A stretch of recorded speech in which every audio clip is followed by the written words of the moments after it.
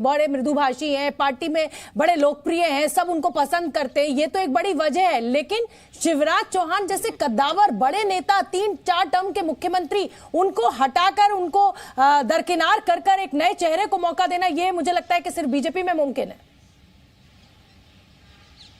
बिल्कुल बिल्कुल सही कहा आपने। देखिए, संगठन, जो भी संगठन बेस्ड ऑर्गेनाइजेशन होता है उसमें एक प्रोसेस होता है और उसकी आप आगे बढ़ेंगे, दूसरे आदमी को मौका मिलेगा। तो शिवराज सिंह चौहान को बहुत मौका मिल गया उस लिहाज से देखें तो, वसुंधरा राजे को बहुत मौका मिल गया उस लिहाज से आप देखें तो तमाम लोगों को, रमन सिंह को बहुत मौका मिल गया उस हिसाब से। तो नई पीढ़ी को आपको तैयार करना होगा, नए लोगों को तैयार करना होगा, नया मैसेज भी देना होगा। साथ ही साथ आपको ये बताना चाहूंगा कि जब भी आला कमान मजबूत होता है, चाहे कांग्रेस के में इंदिरा गांधी का दौर देख लीजिए, राजीव गांधी का दौर देख लीजिए और अब प्रधानमंत्री मोदी का दौर देख लीजिए, ऐसा नहीं है कि बीजेपी में विरोध नहीं होता था। यही उमा भारती, यही के मुख्यमंत्री थे, उन्होंने बगावत कर दी थी अपने पार्टी के खिलाफ, चुनाव लड़ी थी उनके खिलाफ। यही 2013 में आपके येदियुरप्पा बगावत करके चुनाव लड़ गए थे कर्नाटक में, यही कल्याण सिंह उत्तर प्रदेश में बगावत करके चुनाव लड़े थे। लेकिन आज जो आला कमान की स्थिति है, प्रधानमंत्री मोदी का जो दायरा है, जो कद है, उसके आगे आप झुक, आपके सामने टक्कर लेने वाली स्थिति नहीं है। शिवराज सिंह चौहान ये बेहतर जानते हैं, वसुंधरा राजे ये जानते हैं, इस वजह से। बिल्कुल ठीक है। संगीत रागी का मैं रुख करूंगी। संगीत, बहुत बड़ी बात रवि ने यहां पर की, और जो पुराने जो विद्रोह हुआ है बीजेपी में, वो नेताओं के नाम और वो उदाहरण भी दिए। क्या ये माना जाए कि अटल और अडवाणी की बीजेपी से अब ये मोदी और शाह की जो बीजेपी है वो बिल्कुल अलहदा है, बिल्कुल अलग है, और इसके काम करने का अंदाज बिल्कुल अलग है? शोभना, यह सिर्फ भारत का अमृतकाल नहीं है, यह भारतीय जनता पार्टी का भी अमृतकाल है। और ये मैं बहुत गंभीरता से इस बात को कह रहा हूं कि ये शाह और मोदी का युग है भारतीय जनता पार्टी का, और भारतीय जनता पार्टी का भी ये स्वर्णिम युग है। ऐसा न पहले हुआ था, और भविष्य का तो कुछ मैं कह नहीं सकता, मैं भविष्य वक्ता नहीं हूं, लेकिन अतीत का विश्लेषण मैं कर करके इतना जरूर कह सकता हूं कि भारतीय जनता पार्टी को इस प्रकार से कोई बड़ा अधिष्ठान खड़ा करने का तो को जाता है। दूसरी बात, संगीत रागी, मैं आपको 10 सेकंड के लिए रोकूंगी। एक बड़ी दिलचस्प जानकारी मुझे मिली और मुझे लगता है मुझे अपने दर्शकों को वो जानकारी बतानी चाहिए। मोहन यादव का यहाँ हम जिक्र कर रहे हैं। मध्य प्रदेश के जो नए मुख्यमंत्री बने मोहन यादव, उन्होंने उज्जैन दक्षिण से हैट्रिक लगाई है। 2013 में चुनाव जीते, 2018 में उज्जैन दक्षिण से जीते, और अब 2023 में वो चुनाव जीते। इस सीट से पहले कोई भी नेता लगातार 3 बार चुनाव नहीं जीता है। ये तो हो गई पहली जानकारी।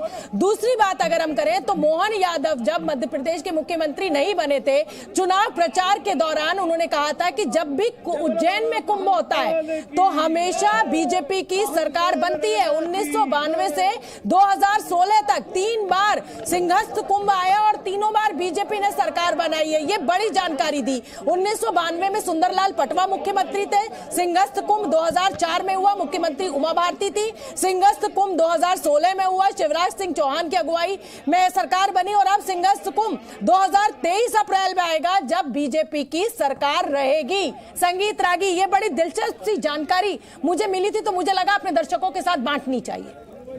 शोभना, सबसे बड़ा दिलचस्प रहेगा कि कल राजस्थान में क्या होने वाला है। 2 जगह सत्ता पर जो सत्ता का पद है उसका परिवर्तन बड़ा स्मूथली हो गया है। कल ये देखना बड़ा दिलचस्प होगा क्या राजस्थान के लिए भी एक प्रकार का मैसेज दे दिया गया है कि जो पीढ़ी परिवर्तन होगा, वहां भी मुझे लगता है कि एक पीढ़ी परिवर्तन होगा और सभी को मानना पड़ेगा। एक है कि सूचना मिल जाती है तो सोचना बंद कर दिया जाता है।